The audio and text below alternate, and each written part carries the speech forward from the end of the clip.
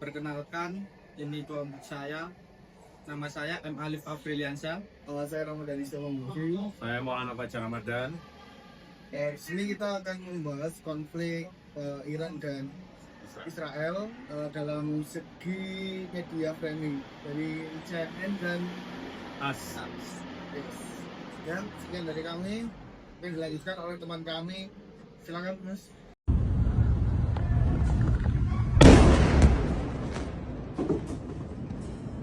As a team like perhaps no team has ever worked before, and we've gone a long way to erasing this horrible threat to Israel. I want to thank the Israeli military for the wonderful job they've done. And most importantly, I want to congratulate the great American patriots who flew those magnificent machines tonight, and all of the United States military on an operation the likes of which the world has not seen in many, many decades. ایران از خون شهدای گرانقدر نخواهد گذشت.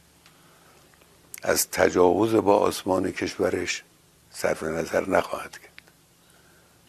نیروهای مسلح ما آماده هستند و مسئولین کشور و همه آحاد مردم پشت سر نیروهای مسلحند. امروز از همه جناح‌های گوناگون سیاسی کشور و آحاد گوناگون کشور پیام‌های مشابهی صادر شد.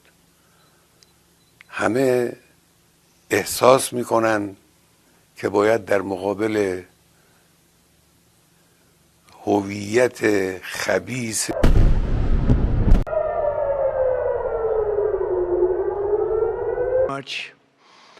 A short time ago, the U.S. military carried out massive precision strikes on the three key nuclear facilities in the Iranian regime: Fordow, Natanz, and Esfahan. Everybody heard those names for years as they built this horribly destructive enterprise. Our objective was the destruction of Iran's nuclear enrichment capacity and a stop to the nuclear threat posed by the world's #1 state sponsor of terror. Tonight, I can report to the world that the strikes were a spectacular military success. Kali ini kita akan membahas sebuah konflik yang sudah sangat lama berangsur-angsur dan kali ini sudah terjadi lagi, yaitu konflik antara Iran dan juga Israel. Jadi konflik ini bukan hanya soal politik, tapi juga melibatkan aspek ideologi, militer, dan juga geopolitik global.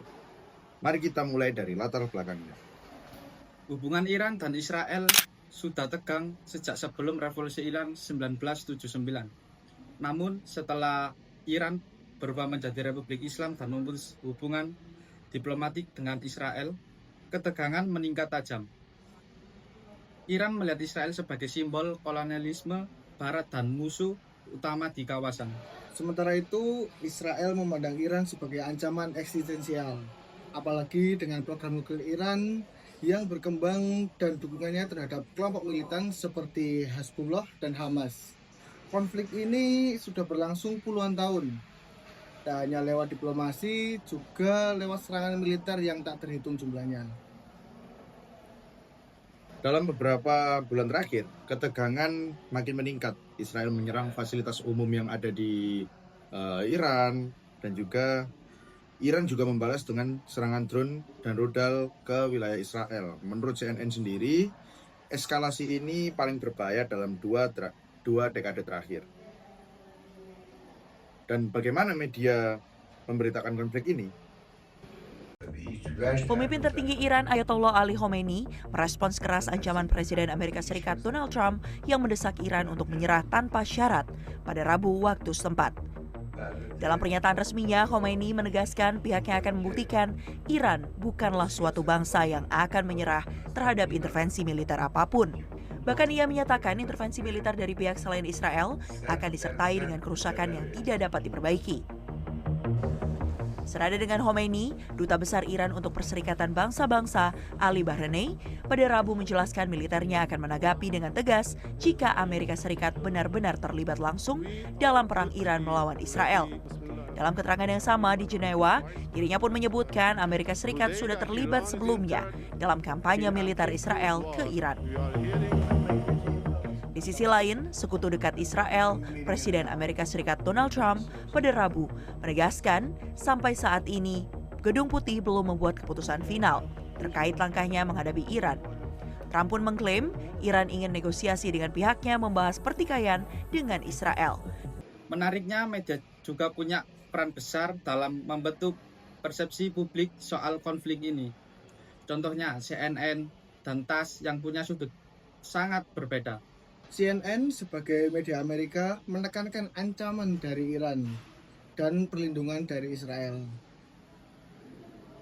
Mereka sering menggunakan judul seperti Iran drone and missile brace pose new threat to Israeli security.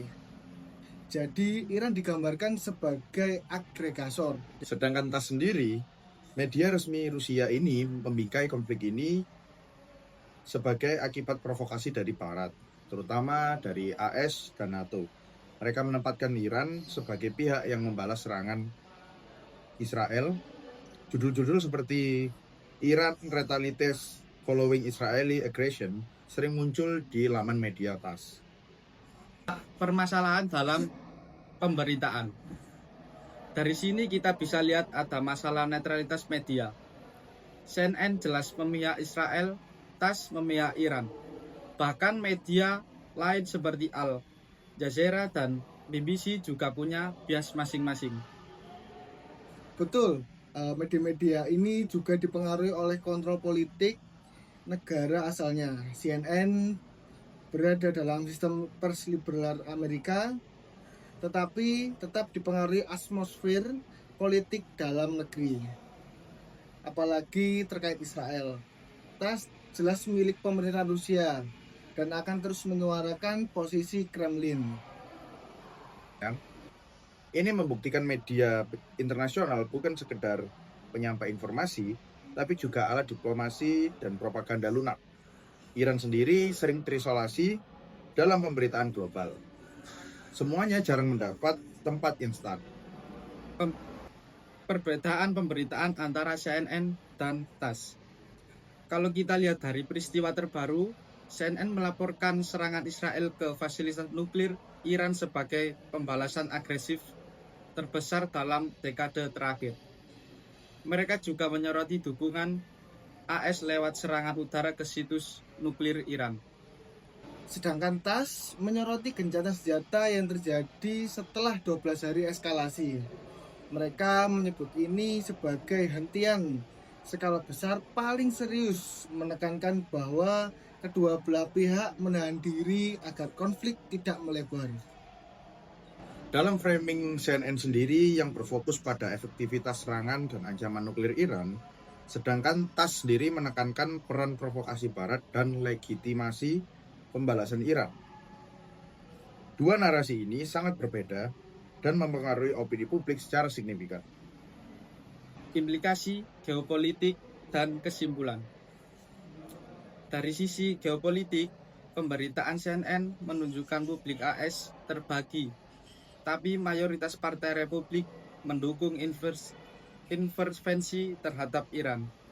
Mereka juga menyoroti dampak ekonomi seperti penurunan harga minyak pasca gencatan senjata. Sementara TASS melihat Rusia diuntungkan karena perhatian global teralihkan dari perang Ukraina. Namun ada kekhawatiran rezim Iran bisa goyah dan mengganggu aliansi geopolitik Rusia.